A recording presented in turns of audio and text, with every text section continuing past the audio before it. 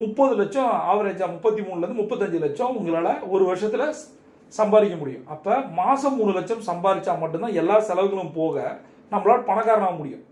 சேர்த்து வச்ச காசை எப்படி பண்ணுறதுன்றதை நான் இன்னொரு வீடியோவில் சொல்லித்தரேன். தேவையில்லாத ஒன்று அதிகமாக செலவு பண்ணுறது, சேவர்ஸ் வெர்சஸ் ஸ்பெண்டர்ஸ்ன்னு சொல்லுவாங்க.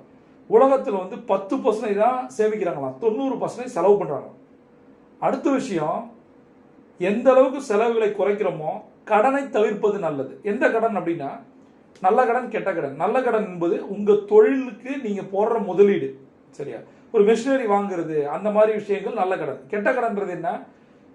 கார் வாங்குறது, வீடு வாங்குறது, எதெல்லாம் இஎம்ஐல வாங்குறீங்களோ அதெல்லாம் கெட்ட கடன். அது செலவு தான், அதோடைய பொருளுடைய வேல்யூ குறைஞ்சிரும்.